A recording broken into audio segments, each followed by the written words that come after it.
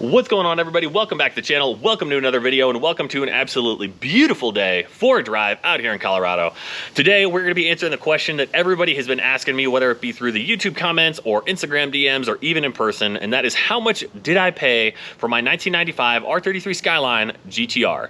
We're going to be going through all that data today. I got all the numbers put together. You guys will know exactly how much I paid to go and get the car from Japan all the way over here, registered, everything, the whole 9 yards. You guys are going to know it all. So without further ado, let's go ahead and get started with probably the quietest cold startup you will ever hear.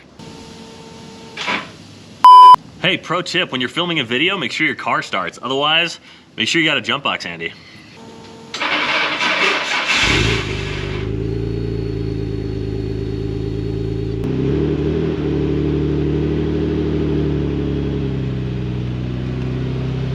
Now, before we kick this off, I do have a bit of a disclaimer here. Some of these fees are going to go and vary depending on what state you live in, how much of the price of the car was, whether or not you opt for ro-ro shipping or container shipping, things like that. So this is not necessarily going to be 100% guaranteed for your specific application, your specific vehicle, but it will give you a good guideline on just kind of what to expect if you do go and bring something in to the United States whenever time does come to go ahead and pay this stuff.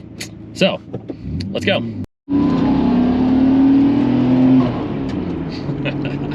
All right, first and foremost, the vehicle inspection. When I got the car inspected, going from Nagoya over to northern Tokyo, it's about a 4-hour one-way drive. So the cost of my inspection was $420. Depending on the number of cars you're having inspected, as well as the distance from the shop, that's all gonna go and play into it. So yours might be more, it might be a little less, but for mine, it was 420 bucks.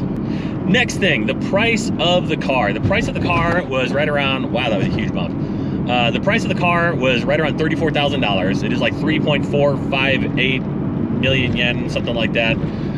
So it's right around 34,000 US. Once you include the Japanese sales tax that I had to pay, as well as the 2 years JCI, that brought the total of the car to just short of $40,000. Okay, and I'll go ahead and throw a bill of sale right up here just so y'all can see it, kind of what all that looks like from GTNet. So that was around 40,000 US, and Garage Defend also charges a, I think 10 or 11% facilitation fee. So that way they can take care of getting the parking verified, getting the JCI done, picking up the car again in northern Tokyo. They also went and took care of some kind of surface rust that I had in the boot area.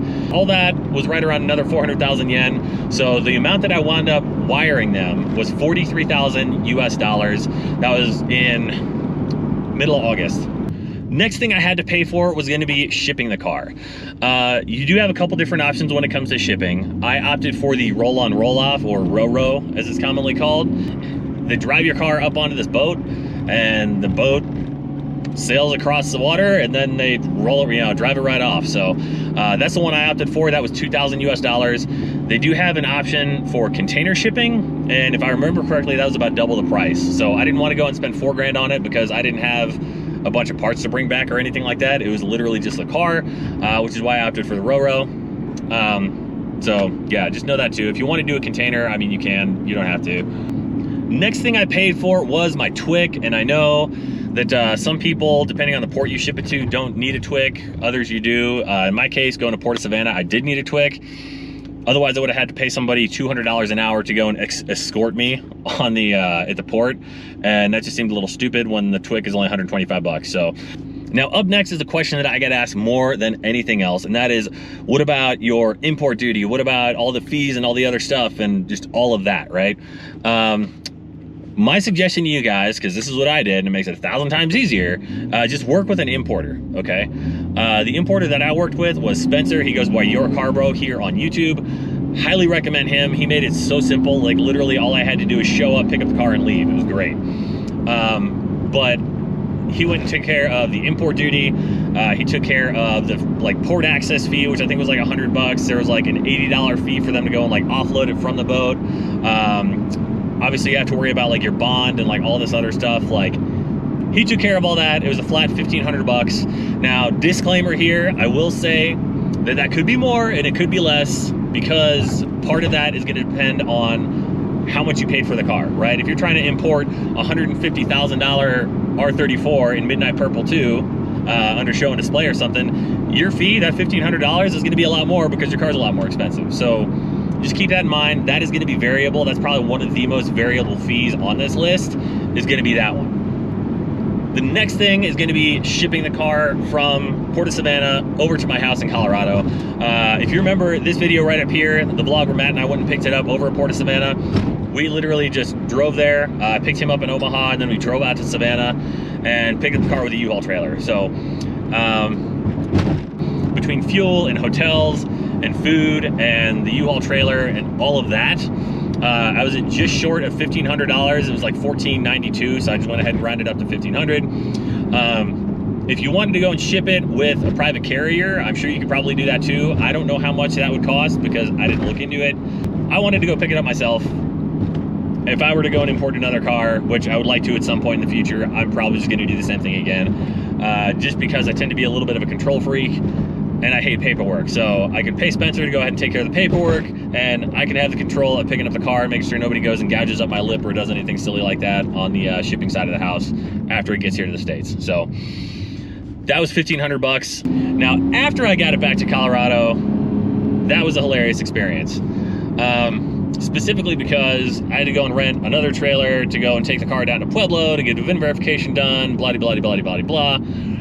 All of that in total worked out to be just short of $1,200. The plates with sales tax and everything for Colorado was like $1,140. And then the U-Haul trailer was like another $50 to go and rent that and, you know, take it down and back to Pueblo. So that was $1,190. Went ahead and rounded up there to $1,200. All that together brings us to a grand total of $49,745 that I paid for my 1995 R33 Skyline GT-R. Now, some people might say that I got a really good deal on this. Other people might say I overpaid.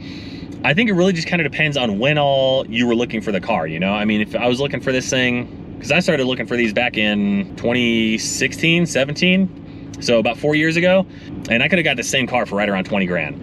And so nowadays, I mean, if you're looking for another deep marine blue car, it's probably pretty similar to this as far as mods and stuff go. Garage Defend does have another one for sale at the moment. I will go ahead and link that in the description below and throw a little picture and stuff right up here too. But for that car, they want right around 50 grand. And that doesn't include shipping, that doesn't include your import duty, that doesn't include titling and everything like that in your state, your home state. That doesn't include getting it from the port to your house or anything like that. So if you are looking at GTRs right now or any JDM car, in spite of the fact that I paid 50 grand for this, that's kind of what they're going for in Japan right now.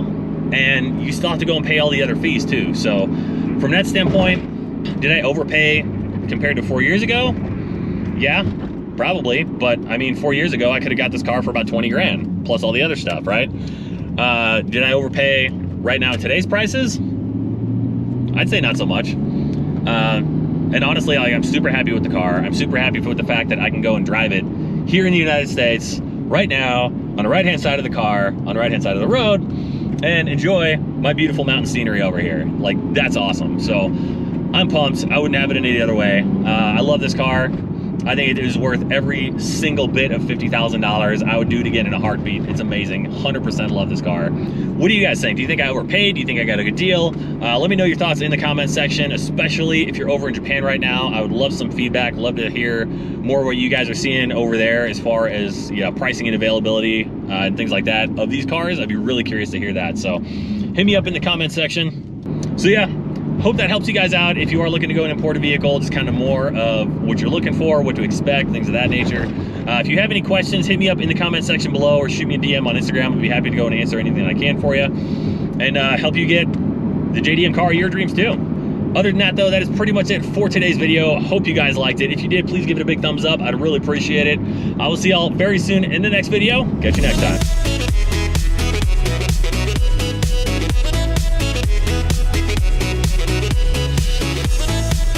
Anybody else want to run the red light today? Good golly, please. Anyway.